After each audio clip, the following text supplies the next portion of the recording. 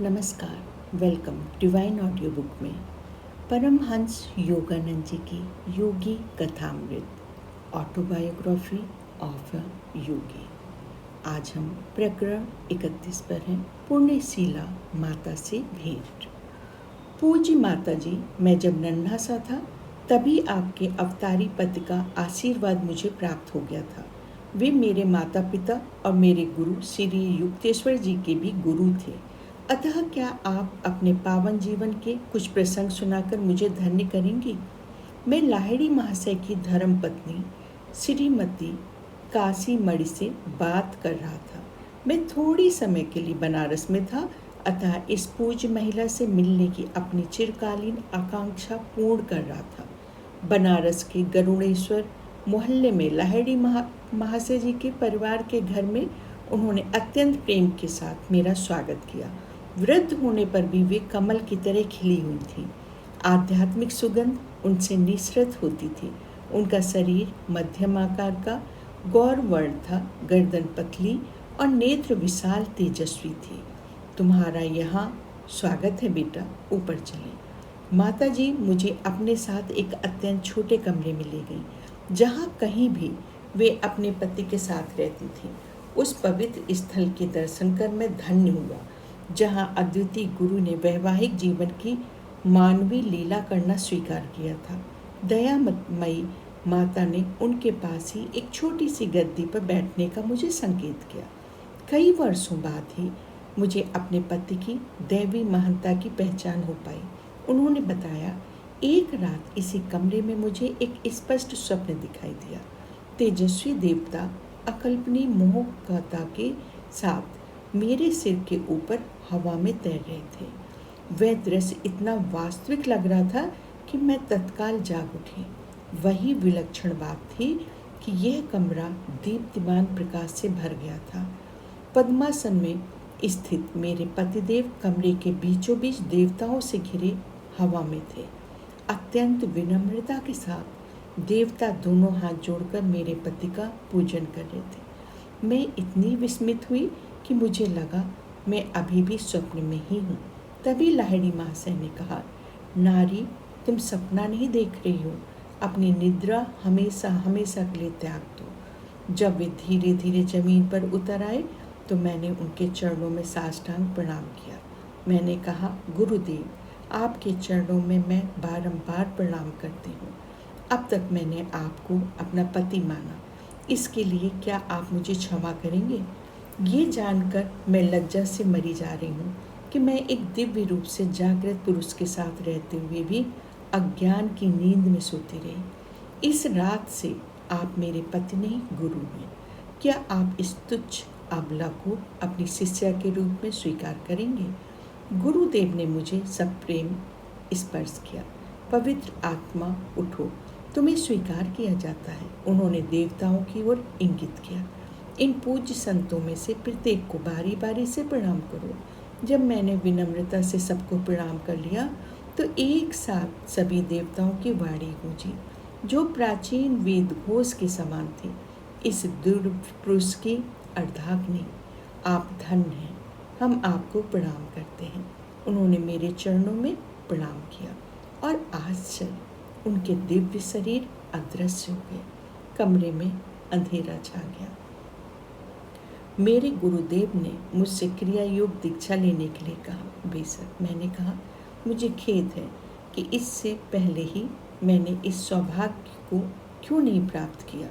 तुम्हारा समय नहीं आया था। लाहिड़ी महाशय ने मुस्कुराते हुए मुझे सांत्वना दी। तुम्हारे बहुत से कर्मों को नष्ट करने में मैं चुपचाप तुम्हारी सहायता कर रहा था। अब तुम इच्छुक भी हो और तैयार भी हो। उन्होंने मेरे ललाट का स्पर्श किया। घूमते हुए प्रकाश पुंज मुझे दिखाई देने लगे।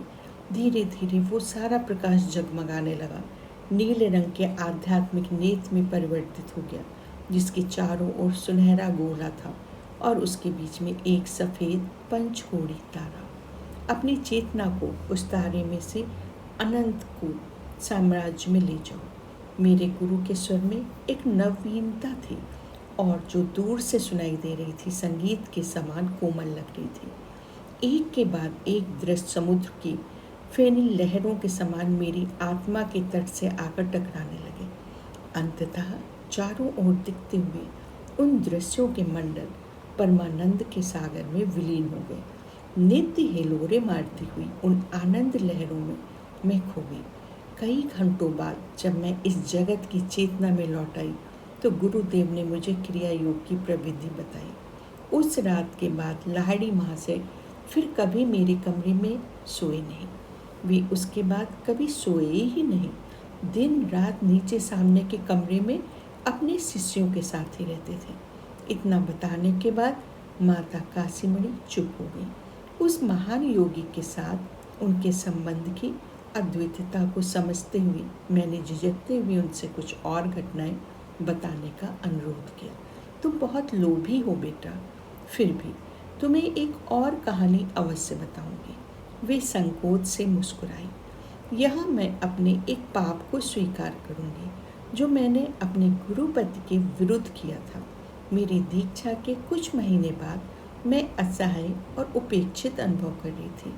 एक सुबह लाहिड़ी महाशय इस छोटे से कमरे में कोई वस्तु लेने के लिए आए। मैं तुरंत उनके पीछे ही यहाँ पहुँच गई। माया के वशीभूत होकर मैंने उन्हें अत्यंत कठोर शब्दों से संबोधित किया। आप अपना सारा समय अपने शिष्यों के साथ बिताते हैं। अपनी पत्नी और बच्चों के प्रति आपके दायित्व का क्या? मुझे खेद है कि परिवार के लिए अधिक धन इकट्ठा करने में आपको कोई रुचि नहीं है। गुरुदेव ने एक पल के लिए मुझे निहारा, फिर लो वे अदृश्य हो गए। विस्मयचकित और भयग्रस्त मुझे एक आवाज़ कमरे के प्रत्येक भाग से गूंजती हुई सुनाई दी। क्या तुम देखती नहीं कि यह सब केवल शून्य है? मुझ जैसा शून्य तुम्हारे लिए धन कैसे उत्पन्न कर सकता है? मैं बिलख उठी। गुरुजी, मैं लक्ष बार आपसे क्षमा मांगती हूँ। मेरी पापी आंखें आपको अब देख नहीं पा रही। कृपा करके अपने पवित्र रूप में प्रकट हुई। मैं यहाँ हूँ। यह उत्तर मेरे ऊपर से आया। मैंने ऊपर दृष्टि घुमाई तो गुरुदेव को हवा में प्रकट होते हुए देखा। उनका सर छत को छू रहा था। उनकी आंखें चौंधिया देने वाली अग्नि ज्वालाओं के समान थी। जब वे चुपचाप जमीन पर उतर आए तो मैं भयाक्रांत होकर सिसकते हुए उनके चरणों में लौट गई। उन्होंने कहा, नारी, तुच्छ सांसारिक चमक दमक की नहीं, दिव्य परम धन की कामना करो। जब अंतर की निधि को पालोगी तो वायु पूर्ति सदैव अपने आप होती दिखेगी। फिर उन्होंने कहा, मेरा एक आध्यात्मिक पुत्र तुम्हारी व्यवस्था कर देगा। मेरे गुरु के शब्द सत्य तो सिद्ध होने ही थे। एक शिष्य हमारे परिवार के लिए काफ़ी धन दे गया। मुझे अपने अद्भुत अनुभव बताने के लिए मैंने माता काशीमणि का धन्यवाद किया। दूसरे दिन मैं फिर उनके घर गया और कई घंटों तक 3 कौड़ी तथा 2 कौड़ी लाहिड़ी के साथ ज्ञान चर्चा का आनंद लेता रहा। भारत के महान योगी के 2 ये संतवर बेटे अपने पिता के आदर्श पद चिन्हों पर चल रहे थे। वे दोनों ही गौरवर्ण लंबे कद के मजबूत कद काठी के थे और घनी दाढ़ी रखते थे। दोनों की आवाज़ें सौम्य थी। आचार व्यवहार की दोनों की शैली पुराने जमाने की थी। लाहिड़ी महाशय की पत्नी ही उनकी एकमात्र शिष्या नहीं थी। सैकड़ों अन्य महिलाएं भी उनकी शिष्याएं थीं, जिनमें से एक मेरी माँ भी थी। एक बार एक शिष्या ने लाहिड़ी महाशय से उनको एक फ़ोटो मांगी। उन्होंने उसे एक फ़ोटो देते हुए कहा, तुम उसे यदि अपनी रक्षा कवच मानोगी तो ये रक्षा कवच ही सिद्ध होगी, नहीं तो ये एक चित्र मात्र ही रहेगी। कुछ दिन बाद वही शिष्या लाहिड़ी महाशय की बहू के साथ एक टेबल के पास बैठकर भगवत गीता का अध्ययन कर रही थी। टेबल के पीछे लाहिड़ी महाशय की वह फोटो टंगी हुई थी। अचानक भयंकर आंधी आई और बिजलियां कड़कने लगी। लाहिड़ी महाशय, हमारी रक्षा कीजिए। दोनों महिलाएं फोटो के सामने नतमस्तक हो गईं। तभी टेबल पर पड़ी पुस्तक पर बिजली गिरी। उन दोनों को कोई चोट नहीं पहुंची। मुझे ऐसा लगा मानो उस तीव्र उष्णता से बचाने के लिए मेरे चारों ओर बर्फ की परतें खड़ी कर दी गई। उस शिष्या ने बाद में बताया, लाहिड़ी महाशय ने अपनी एक शिष्या अभया से संबंधित 2 चमत्कार किए थे। एक दिन अभया अपने पति के साथ, जो कोलकाता में वकील थी, गुरु दर्शन के लिए काशी जाने के लिए घर चली गई। अत्यंत व्यस्त यातायात के कारण उनकी घोड़ा गाड़ी को स्टेशन पहुंचने में विलंब हुआ। वे लोग जिस समय हावड़ा स्टेशन पहुंचे, उस समय काशी जाने वाली ट्रेन छूटने के लिए तैयार सीटी दे रही थी। अब यह टिकट घर के पास चुपचाप खड़ी हो गई। लाहिड़ी माँ से, मैं आपसे प्रार्थना करती हूँ, इस गाड़ी को कृपया रोक दीजिए। वे मन ही मन प्रार्थना कर रही थी, आपके दर्शन के लिए, और एक दिन रुकने की कसक मैं सहन नहीं कर सकती। छुक छुक करती गाड़ी के चक्के गोल गोल घूमते रहे, पर गाड़ी आगे नहीं बढ़ी। गाड़ी का ड्राइवर और यात्रीगण ये अद्भुत घटना देखने के लिए प्लेटफॉर्म पर उतर आए। रेलवे का एक अंग्रेज गार्ड अभया और उसके पति के पास आया। सारी मान्यताओं के विपरीत उसने अपनी सेवाएं दी। उसने कहा, बाबू, पैसा मुझे दीजिए, मैं आपकी टिकट लेता हूँ। अब आप गाड़ी पर बैठिए और चढ़िए। जैसे ही वो दंपत्ति गाड़ी में बैठ गए, उनके टिकट उनके हाथ में आ गए। ट्रेन धीरे धीरे आगे बढ़ने लगी। जल्दी जल्दी में ड्राइवर और यात्रीगण अपनी अपनी जगह की ओर दौड़ पड़े। उनमें से कोई ये समझ नहीं पाया कि गाड़ी अचानक कैसे चल पड़ी, और पहली बात तो ये कि वो रुकी ही क्यों थी। काशी में लाहिड़ी मासा के घर पहुंचने पर अभया ने चुपचाप लाहिड़ी मासा के सामने साष्टांग प्रणिपात किया और उनके चरण छूने का प्रयास करने लगी।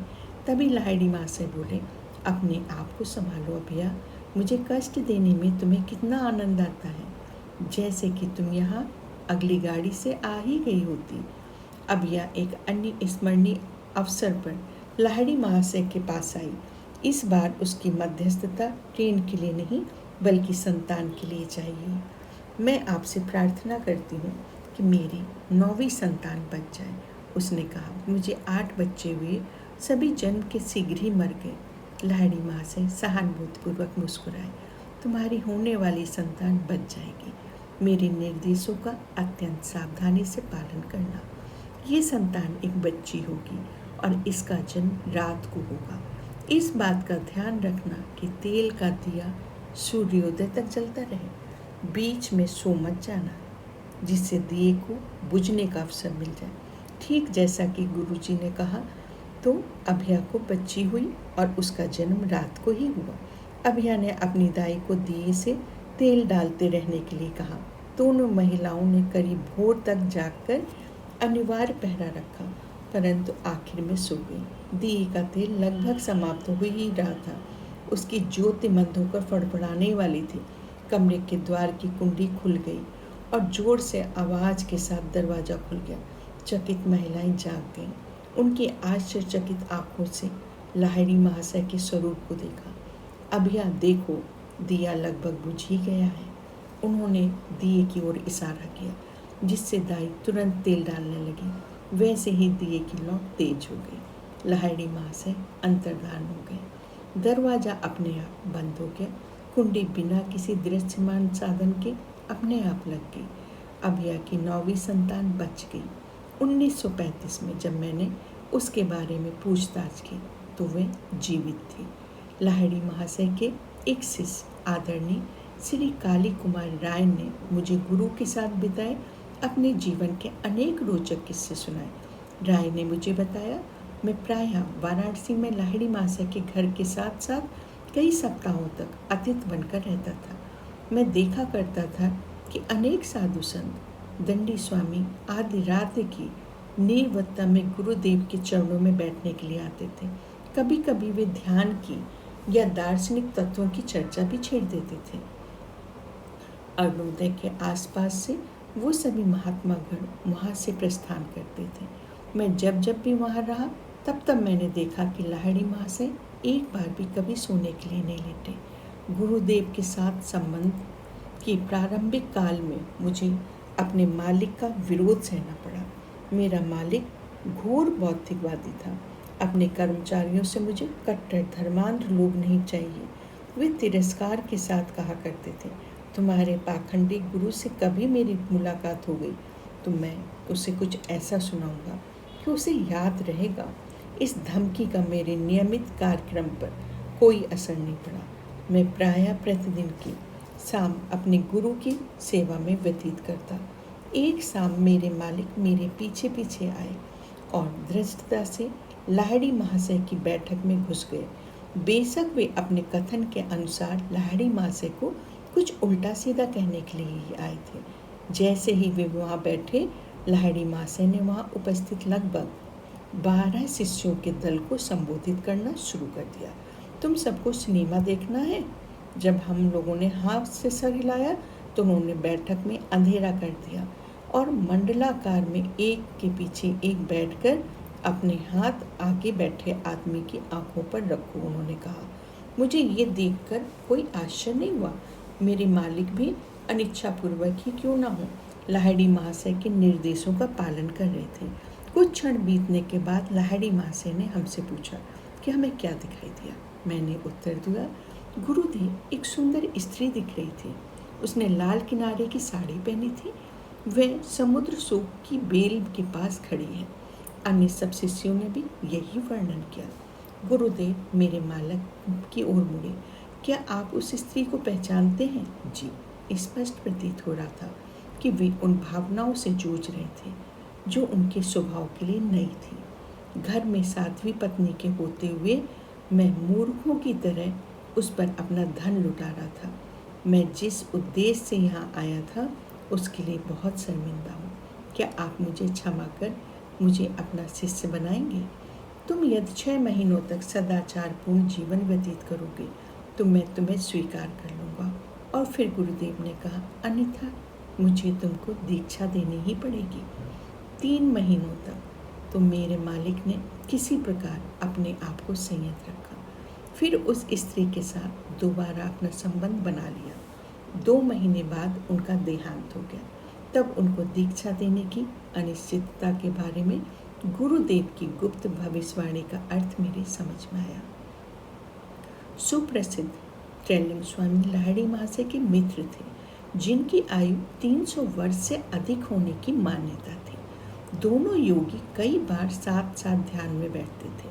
ट्रेलिंग स्वामी की ख्याति इतनी दूर तक फैली हुई थी कि शायद ही कोई हिंदू कभी उनसे विस्मयकारी चमत्कारों की कोई भी कहानी पर संदेह करता। यदि ईसा मसीह वापस धरती पर लौटे और न्यूयॉर्क की सड़कों पर अपनी अलौकिक शक्तियों का प्रदर्शन करते घूमे तो लोगों में वही श्रद्धा और वही विस्मयकुलता उत्पन्न होगी जो कुछ ही दशकों पहले वाराणसी की भीड़ भरी गलियों से गुजरते हुए ट्रेलिंग स्वामी ने उत्पन्न की थी।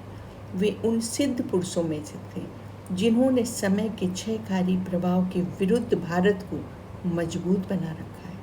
कई बार देखा गया कि घातक विषों को पीने पर भी ट्रेलिंग स्वामी पर उसका कोई असर नहीं हुआ। हजारों लोगों ने, जिनमें से कुछ आज भी जीवित हैं, ट्रेलिंग स्वामी को गंगा के पानी के ऊपर तैरते देखा। कई दिनों तक वे पानी के ऊपर बैठे रहते थे या बहुत दिनों तक लहरों के नीचे भी छुपे रहते थे।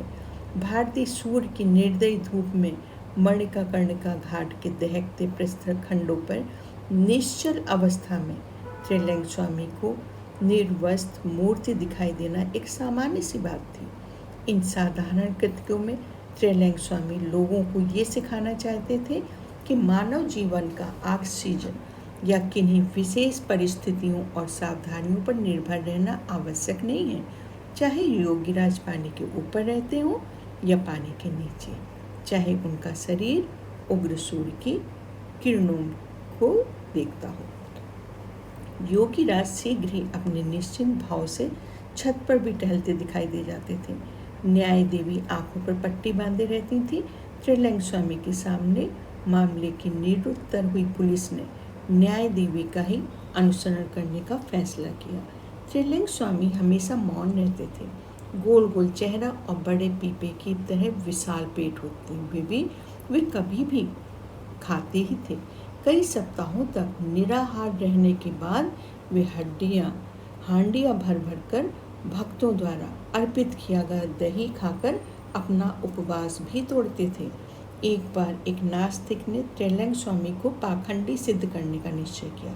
उसने दीवार की सफ़ेदी के लिए इस्तेमाल किया जाने वाला चूना घोलकर एक बाल्टी भर उनके सामने रख दिया। फिर उसने बड़ी श्रद्धा का ढोंग करते हुए महात्मन, मैं आपके लिए कुछ दही लाया हूँ, कृपया इसे स्वीकार कर लीजिए। त्रिलिंग स्वामी ने बिना किसी हिचक के उस जलते हुए चूने के कई लीटर की आखिरी बूंद तक पी ली। कुछ ही मिनटों में वे कुकर में पीड़ा से छटपटाते हुए भूमि पर लौटने लगा। बचाइए स्वामी जी, बचाइए। वह चीखने लगा, मेरा शरीर जल रहा है, मेरी कुटिल परीक्षा के लिए क्षमा कीजिए।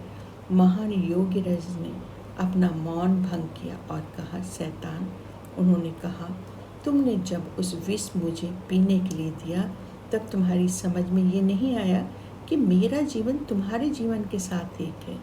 यदि मुझे ये ज्ञान नहीं होता कि मेरे पेट में ईश्वर उसी तरह विद्यमान है जिस तरह वे ब्रह्मांड के हर अणु परमाणु में, तब वो चूने के घोल के हुए मुझे मार ही डालना होता।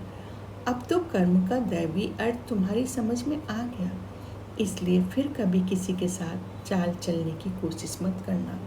त्रिलिंग स्वामी की इस शब्द के साथ ही पापी कष्ट मुक्त हो गया और चुपचाप वहाँ से चला गया। त्रिलिंग स्वामी के बजाय उस आदमी पर पीड़ा का उलटना योगी राज की अपनी इच्छा के कारण नहीं हुआ था, बल्कि सृष्टि के दूर से दूर स्थित पिंडों के भी आधारभूत विधि के नियम के कार्यान्वित होने से। त्रिलिंग स्वामी जैसे आत्मदर्शी पुरुषों के मामले में ये नियत तत्क्षण कार्यान्वित हो जाती है, क्योंकि उन्होंने उसके कार्यान्वयन में बाधक अहंकार के एक दूसरे को काटने वाले प्रवाहों को पहले ही हमेशा के लिए नष्ट कर दिया। ईश्वरीय न्याय की स्वयंचालिका व्यवस्था में विश्वास मानवीय अन्याय के प्रति हमारे उतावले क्रोध को शांत करना, प्रतिशोध लेना मेरा काम है। प्रभु कहते हैं, मैं ही प्रतिशोध लूँगा। मानव के क्षुद्र साधनों की आवश्यकता ही क्या है? प्रतिशोध के लिए ब्रह्मांड स्वयं ही अपने आप व्यवस्था करता है।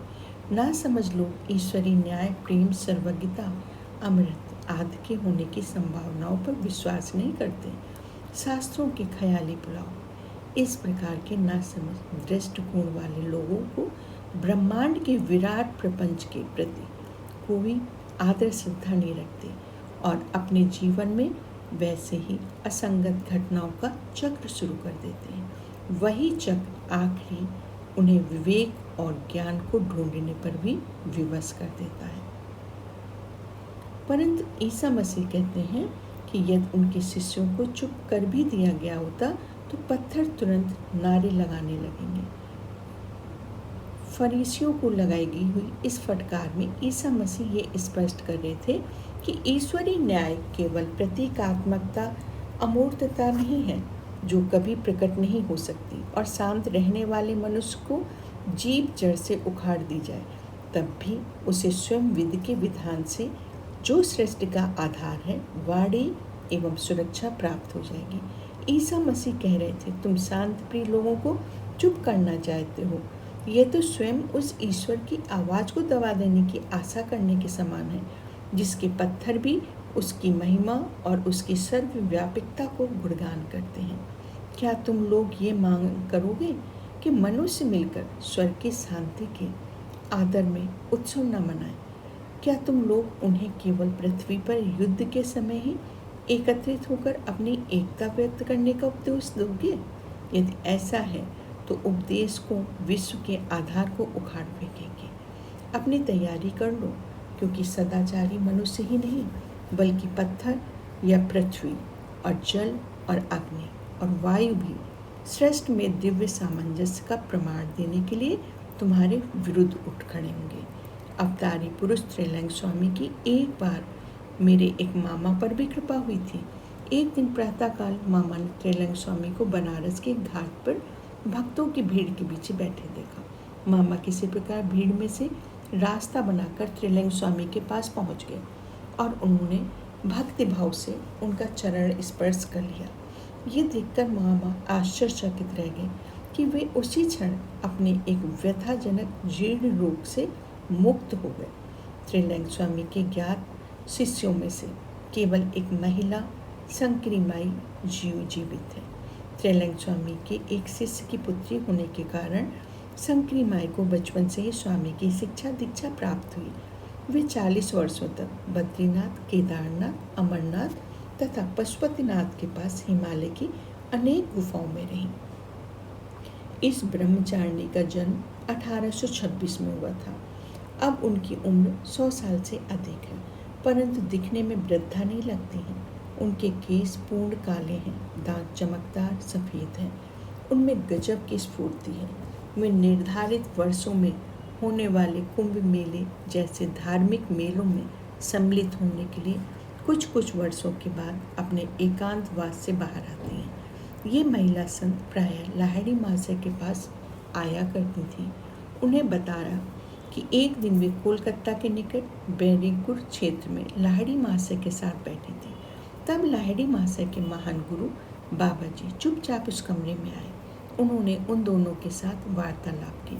वे स्मरण करती हैं, अमर गुरुदेव बाबा जी, महाअवतार बाबा जी एक गीला वस्त्र पहने हुए थे, जैसे वे नदी में स्नान करके अभी अभी बाहर आए। उन्होंने मुझ पर कुछ आध्यात्मिक उपदेशों की कृपा भी की। एक विशिष्ट अवसर पर त्रिलिंग स्वामी ने लाहिड़ी महाशय का सबसे सामने सम्मान करने के लिए अपना मौन तोड़ दिया। उनके एक शिष्य ने इस पर आपत्ति जताई। उसने कहा, गुरुदेव, एक स्वामी और एक सन्यासी होते हुए भी आप एक गृहस्थ के प्रति इतना आदर क्यों दिखाते हैं? त्रिलिंग स्वामी ने कहा, वत्स, लाहिड़ी महाशय एक दिव्य बिल्ली के बच्चे के समान है। बिल्ली का बच्चा जैसे ही उसकी माँ जहाँ उसे रख लेती है वहीं रहता है, उसी प्रकार लाहिड़ी महाशय भी जहाँ जगत जननी रखे उन्हें रख देती है, वहीं रहते हैं। कर्तव्य पालन की खातिर सांसारिक मनुष्य की भूमिका निभाते हुए उन्होंने वह पूर्ण आत्मज्ञान प्राप्त कर लिया, जिसे प्राप्त करने के लिए मुझे सब कुछ त्याग देना पड़ा, यहाँ तक कि अपनी लंगोटी भी।